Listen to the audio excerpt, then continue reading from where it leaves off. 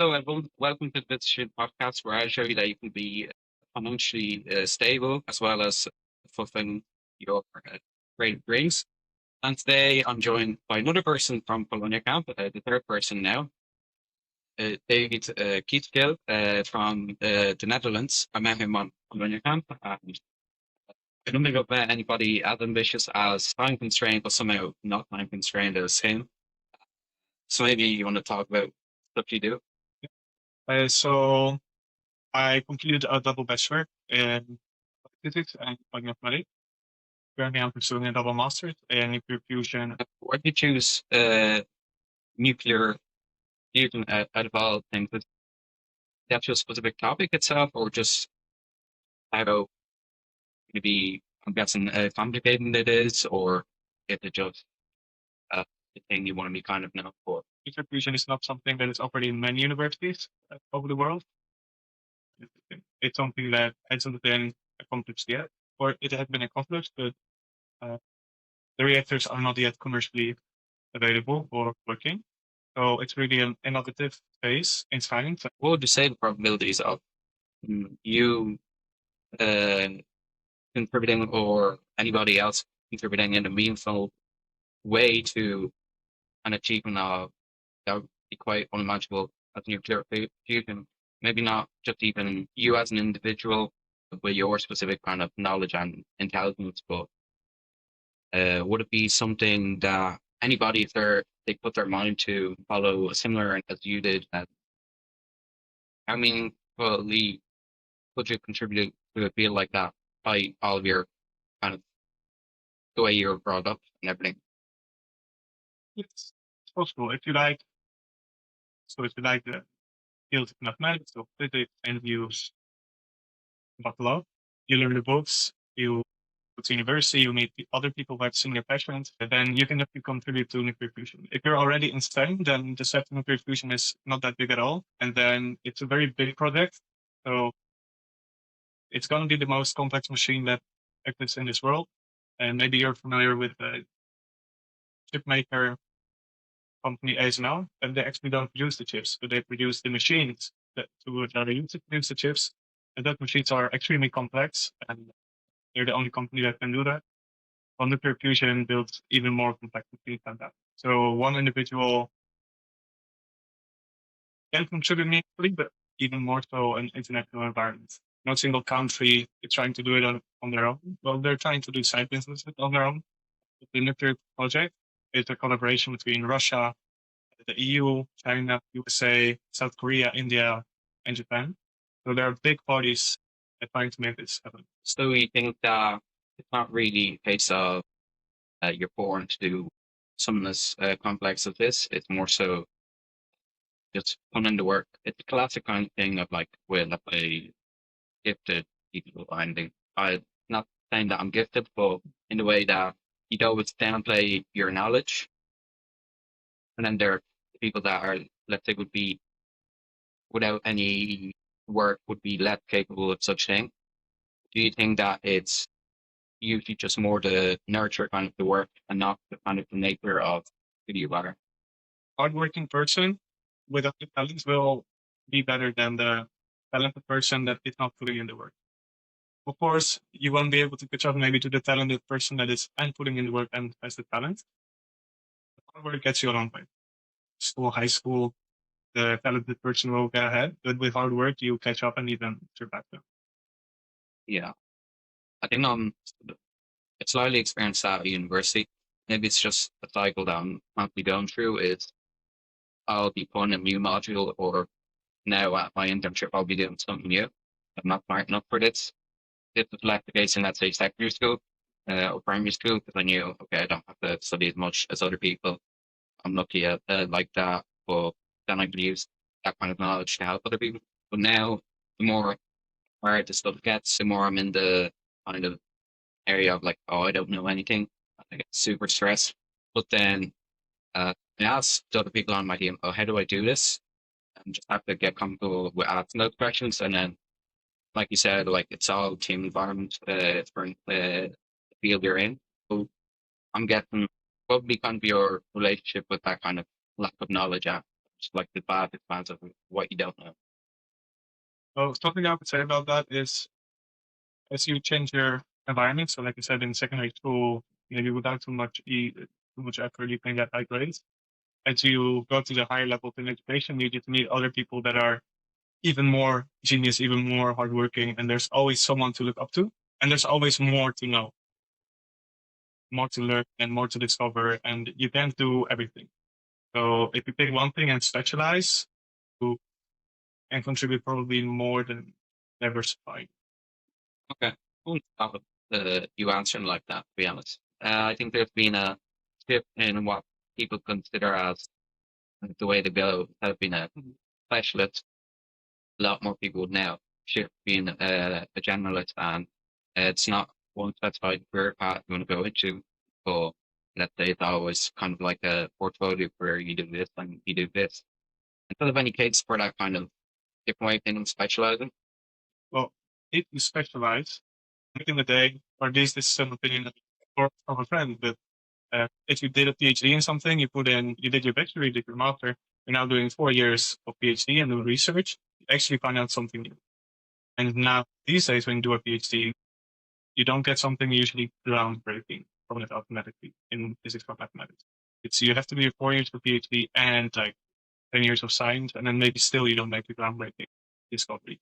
So as we go deeper as society into this knowledge, it's harder to harder than, for example, in the times of Newton, who did discoveries this and this, or Leonardo da Vinci was good in all these different kinds of fields. Whereas now these fields have been deepened or made so deep that it's hard for one individual to excel in all of them.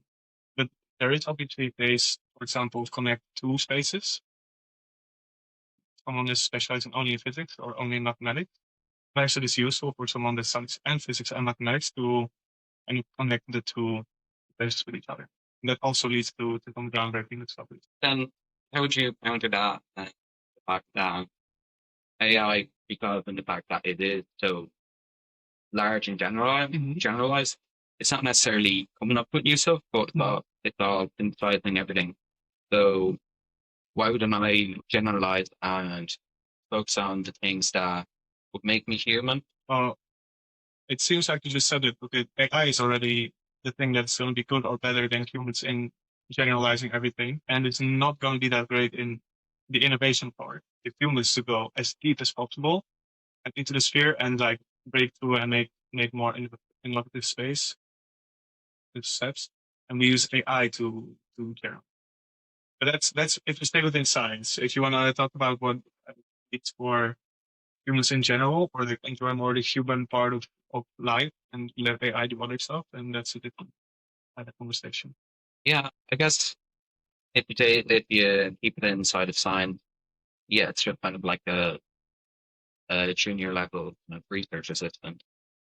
And I really don't think that outside of science it will be used as that kind of research assistant in a way that is satisfying. I'm guessing you have a different perspective on things like art and everything, because well, everybody does, but I guess there's always that debate of like we need scientists, we need artists, and I'm constantly asking people from STEM because I always feel insecure about being a business student, and there's the stereotype of business students coloring, coloring books, but the STEM students do the real stuff. Just a lot of my friends have had debates of like, oh, what's more needed, an engineer or a business the person? What would your perspective as a very deeply scientific person be on a business student? We don't need theoretical physicists for running society. I think that, especially in the Western world, any country in general, you have these tertiary sector, secondary sector, primary sector, where you first study focused on surviving, food and other necessities. Then you have the blue collar jobs coming up, and then finally you have the accountants, businesses, and science coming up. If you create businesses and you can make them efficient, can produce more with using less people, then you make us physicists, you make a more space, human space, in a sense to employ physicists and other kinds. You have to have business people first, and then the spare people can do science. That would be my utopia. with it, you replace the business student with the AI, and everyone's making the case that if we have AGI, then all the artists can do whatever uh, that they want to do. And so I guess that is quite a good case. So what do you think of that comparison between the theoretical physicists and artists? It's not really, it's also not even immediately felt to society. I think artists have more direct influence on society. So they don't need to compare them, or it's so different. It's also different types of intellect that these people have. Yeah, I really don't know how to answer that. Well, I think that's quite a good answer in itself, guys. Unless you really sit to think about it, they are quite different. Science, I guess science is a lot more spontaneous once you get really, really deep into it, not as structured. There's both parts of that, the spontaneity and then the structured, rigorous part. But then you also have that where it's not that, oh, I'm just coming up with a poem on the spot and it's all so lovely and spontaneous. It's also just a structured way of, I want to make this person feel this. Therefore, I will use the rule that it's used by a lot of other artists to make her feel that way. I can also break that, make the person feel another way. And that's why, let's say, Shakespeare is so weird. It's got the front so through and subverted your expectation of characters. And I think scientists do a lot of that. Come in with a hypothesis, and then find out the hypothesis is really wrong. Then you discover that reality is not really the way you think it is.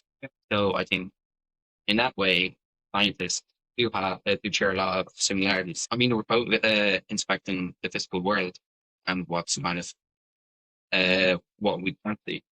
So we're both looking at the same subject matter, but trying to understand it differently.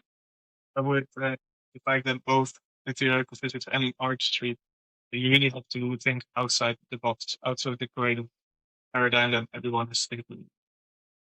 Like with Shakespeare, but also Einstein and his theories, or I don't know the name of the person who suggested that we have a heliocentric universe and not a. You have to go against whatever society believes right now to make the big next step. I guess in a way, the way you've studied and all the stuff you do in your life, I think that could be described as going against society because I can tell that you enjoy the stuff you do, but a lot of people would be like, oh, why are you working so hard? But maybe it's not working hard for you. It's just your baseline. And I guess you're going against anti hustle culture. That you're going against it instead of with it. Well, what in also culture? If you mean maximizing money, then maybe going into physics is not the best way. But still, engineers make a pretty good salary. We have a culture in the Netherlands in schools, which is a sixes culture, and I don't like it. And what they mean is we have a grading system from 1 to 10, and everyone is aiming for the six. Or not everyone, but it's very common to aim for the six. And if people come home with a 7, they're kind of disappointed because they put in a little bit too much work. They put in too much effort and they could have spent it on their hobbies or whatever. But I think that working hard and excelling and going for the 8, 9, 10 another student is the better way. Going back to the Netherlands culture, big industries, but culture described. Why do you think that paradox kind of exists? I don't think it has to be a paradox. I mean, every country has some big companies. The French are not particularly famous for coffee and cigarettes for breakfast, but they also have big companies. So it doesn't have to be contradictory. Obviously, I'm not saying that those people are not hard workers or that most of them don't work hard. It is a common thing there. Or there is a big group of students and people that are like sixes. I guess just the fact that it's grown so much, check that it's enough outliers to create these big companies. Big companies like ASML, maybe it is a paradox because these companies like ASML import a lot of people, talent from abroad. So expats is the term we use for immigrants from abroad that are like technical specialists in the field. And ASML hires a lot. So we hire talent also from abroad. During your degree, I'm guessing there were a lot of, let's say, expectable, like students. Do you mean yourself not from the Netherlands? Do you feel a lot closer to those people? Well, I've been born and raised in the Netherlands, so I feel very close to the Dutch people. I don't feel very different from them. International students, I wouldn't compare them myself. Like I wouldn't be like them, but I'm very impressed by them. And when I was looking for friends in university in the first year, I was trying to get as many international people as possible because I think it's just wonderful that you just leave at like 18, 19, which is the age when you start to study, and you just go into the world. I come to Eindhoven, I'm like, where would you go to Eindhoven? For me, it's just the closest university I could find. And these people leave their families and friends to come here. So I want to get to know them and hear about their story. I think that they are maybe the more interesting people to talk to. Once you'd be going to France for a university now, are you scared in any sort of way of moving that far away? And let's say, uh, if you don't speak French, then be scared of, the French not liking that you don't speak French. I learned French in high school, so I had my B2 level. Yeah. It would actually excite me because France, if I wouldn't get in, I would have chosen to go to somewhere Japan, somewhere in Eastern Asia, just to get the big as a culture shock as I can possibly get. Because I believe that is what's best for the personal growth. In my studies, it's obligated to do an internship abroad because the project is so international. Basically, everywhere you would work, it would be an international scene. So my university wants us to, go and look outside of the Netherlands. But yeah, I think if you get the opportunity to go out of your comfort zone because what is an internship? Like 3 months, 6 months, maybe even a year to do a big exchange. And then you can come back to where we come from. But then you at least get to experience something new. You ever experienced something like that? The culture shock, not even necessarily that you moved abroad and maybe just from undergrad to being a grad school. Well, for me, it's been a bit easy for me always. I haven't had big shocks from undergrad to grad. I stayed in the same university. From high school to bachelor's, I still lived with my parents and I just commuted because of what the university that was close. So I didn't have to make very big changes yet. And I even mentored or got as a side job. I usually got the jobs that help accommodate new students and assimilate into their new environment. So in my high school, I had the job of the third year, I helped first year students to, get used to the new life. And in university, I also, as a second year, was helping out the first years. So getting used to a new environment has not been a problem yet. And I even got a job into helping others mentor to them. Playing in the same place in that way, it's just quite easy to get bogged down. I was a bit scared of that, and that's why I chose the degree I'm doing. Go away for 2 years. That kind of anxiety over that led to few of the problems that I told you about. Even like 4 years ago, I felt like, okay, I will definitely do this degree no matter what. And even though I know now, I'm scared, I know I'll commit myself to it, even though change is really hard for me. Changing routine just kind of throws me completely off. But I know it's a lot better. But I know how to accommodate myself. Hence why I'm moving a month before I start university in France, and just kind of making myself a big habit of cycling over there, like 1,000 or maybe 500 kilometers, and where I'll go through. And that taps into my ADHD's part of my brain. Big challenge, new part in a fun way. This is just like kind of a positive distraction. In the way that you can be addicted to exercise, but usually it's a good distraction. Yeah, until you get injured. But yeah, I'm very good. Yeah, it's better to get addicted to exercise than to drugs. Yeah, exactly. So that's the way I kind of manage my addictive tendencies and myself. The day after my birthday last year, just went cycling on the longest kind of distance I've done, was only 80 kilometers. 1,000 maybe. Yeah. Well, I went to like this place I've never been to. And it's like, okay, this is fun. The side quest kind of part of it. I did that because in the day beforehand, I wrote a poem about this is kind of like the postcard of being young when we were 20 something, just doing these kind of side quests. Yeah. Because a few days beforehand, another biking kind of trip, I was going down a bridge out of Dunbar, bringing in my headphones and keep you out like the mustard thing went on. I was like, Yeah. okay, I have to write about that. And so just kind of set myself these kind of dumb adventures that my parents don't understand, but I understand. Do them regardless of what they think. They know I'll do it regardless of what they say. It's just quite important for me to be excited about life. No, I think it's great that you're going to France. And 2 years is also, it's a very good, it's way scarier than a couple of months because a couple of months go by like something. And 2 years, you really invested in the country and you build up your new routine indeed. And the biking trip challenge, I think it's very cool. But I think the first time you mentioned it, I would refrain from trying to do it in 1 week. It's really a lot of kilometers and a lot of day after day after day. I'm really, What I don't have to do much really. you don't have that much time. Yeah, I'll be coming back from Polonia Camp Uh-huh. on That's think end of Sunday. July. Yeah. Yeah.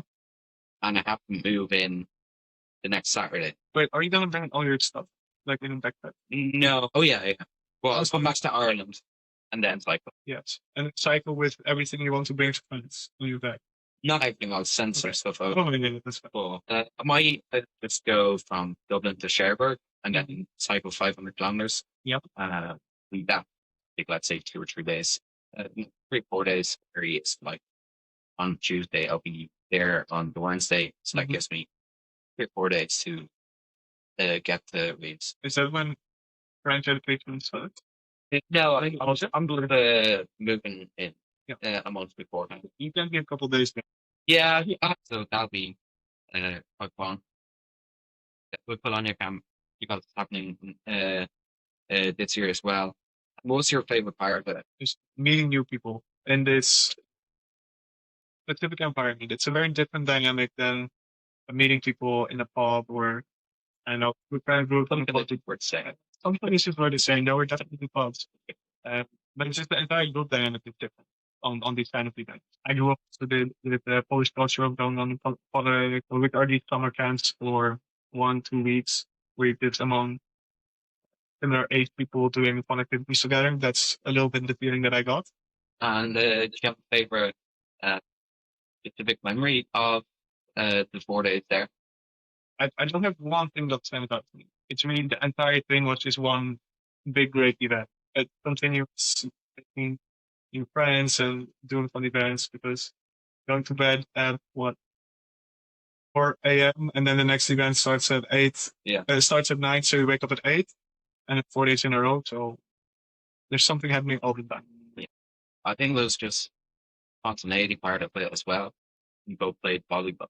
We both started playing volleyball, like 2 groups, and it's great that you come here to Dublin a few times. And it's always great just seeing everybody and saying, okay, this is the thing I'll be remembering for years to come.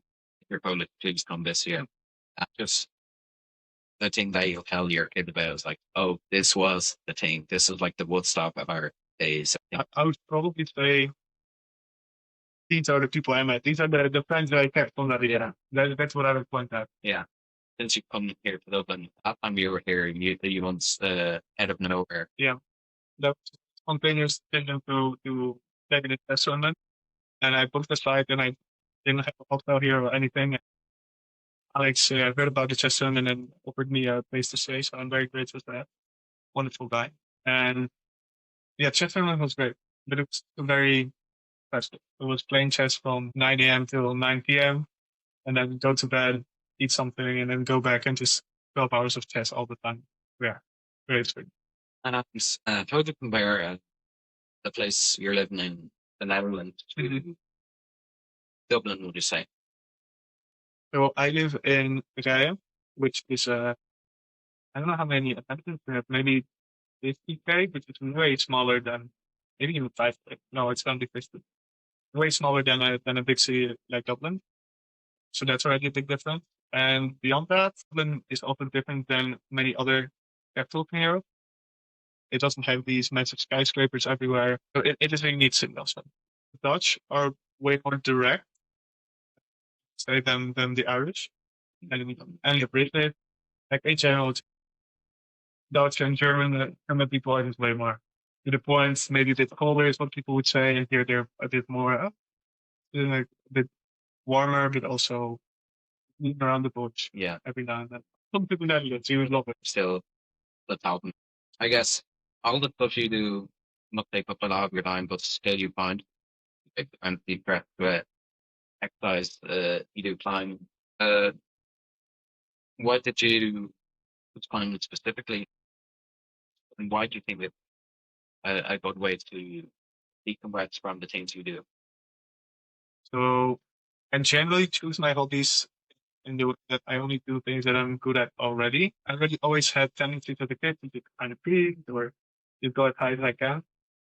So I already had a big tendency for climbing, and then I tried it, and I was really good at it, and I was good at it fast. So then it's like it's not just physical. Also, there's something called climbing IQ, right? You actually see a route and kind of figure out how to move your body or your body positioning to use the least energy to go to the top. So it's also fun and at the same time working out. And it's like you can only blame yourself. That's also something. I know you also do outdoor climbing, not just the indoor. Mm. How would you compare those two sports? The indoor climbing to outdoor. Yeah. The main difference maybe is indoor you have all these colored blocks. You know where to go next. You are a little bit maybe more afraid to fall because if you hit your head on the rock, then that's not very cool. That's why you always wear a helmet, wear your helmet. And it's also just you feel the rock and you don't know where your next is. You really have to find the perfect crack. Because all you know is okay, I'm at the bottom, I need to go up higher, and that's it. Good luck. And in the climbing game you have the room goes a little bit like this, like these types of poles. You have a little bit more gap. That thing you said about only choosing the things that you're good at, it gets, way different. Depends on the type of game. I quickly gave up science because I slightly worse at it than my other subjects. So I gave up on that. Let's say poetry, I wasn't good at. So anybody is, it's quite hard to beat. When I see other poets on, let's say TikTok, starting out, I can know, okay, these are the exact same mistakes I was making as well. But easy and simple in the way that is not simple in the magical way, that like see you in. Sometimes it can be banal in the tone, and it's the exact same kind of sentence structure. And because I've practiced so long, I can see all those mistakes. So, where do you think your belief, let's say, your thought of like, okay, I have to be good at this to do this, come from? I think it comes from the fact that to excel at something, to be like top percentile, you have to put in a lot of work. And it's just easier to excel at something if you already start high, or if you already have the technique for something, a predisposition for something, it's gonna be easier to excel. But most of the time I'm not doing it for fun. You need to be good. Also in video games, I will be competitive, try to break through in the competitive scene, in chess, winning chess tournaments, chess tournament, it's not easy to do. And if, for example, with drawing, I gave that up pretty early on, and with arts, I was just very, very poor at it. Even high school teachers would be like, it looked like a 3-year-old who had like, it would never draw. I really have to care much for drawing. But if you're already good at it, you can go to like above average to like good, and you just excel faster. I still like to do all the work from bad to average. Yeah, I guess it just comes from the fact that you get a lot more enjoyment from the fact of being good than other people because That's possible. I don't really care if I'm bad at something as long as I'm really passionate. Then I know if I'm not passionate about something, I'm just gonna burn out quickly. That's what I've always liked passionate people. My nerd virgin brain explains a lot of like I get from like people that don't share their passions or don't have passions at all. Like the fact that I want to get it out of people to get to know because I love listening to people, even though let's say talk to people can sometimes make me anxious because I have to think about all these things and spend all that energy. But once I catch that, oh, you like this, I will talk to you about it, whatever. Excited as just as you are. Even if it's something that I would never pick up, but I just love watching the people and that's why I love doing this, and interviewing the people and just having great chats with people. As a closing question, we have a tradition called Strange or Advice. And my last guest was my boss. He doesn't know how to be happy when you've succeeded, but not in the exact way you wanted or to the extent you wanted. What would you say to him to kind of be okay with succeeding, but not fully in kind of perfectionistic mindset? So if I understand the question correctly, like to deal with not being happy when you achieved something, some big goal as you expected. But not to the extent you wanted it.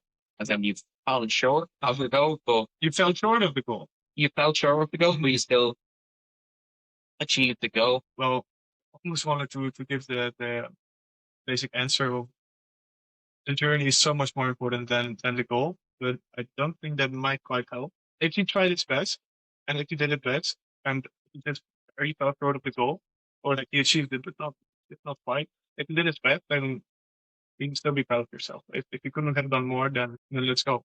That's the best thing you could have achieved. The goal I had was I wanted to pass cum laude in high school. It's 8.0 and it was like 7.9, which is an arbitrary goal and no prize should be taken in that if you don't work hard for it. So that is whatever. And then I set that goal for university and I did get cum laude there. I don't know what specific goal Pava would talk about, but depending on the goal, these things are maybe not as important. It's way more important is to put in the work and enjoy the journey and not the specific number or target. Yeah, some similarity in high school where I was saying to everyone, I'll get a H1, Yeah. which is like just only like 90%. And then the day of the results, I was like, got like proper press. But I knew that, okay, I was still happy with how I did. But during the exam, I was like super happy, relaxed because I knew, okay, I've got this in the bag. I don't even need this much. I need way less points on my course. But I still like, okay, step back for the day and like, okay, this doesn't matter. It was just like oh, let's push myself. Let's why not?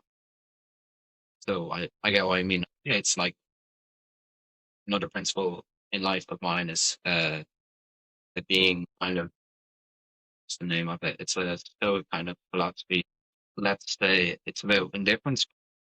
Let's say it'd be nice to be flying in first class, but if you get economy, you don't really care. So thank you again for coming on this again coming again to Dublin because then I had now I have another guest that I can interview, even though it's called the Bit Stream Podcast. It's about me interviewing people I'm really interested in. And you're that type of person. So thanks again.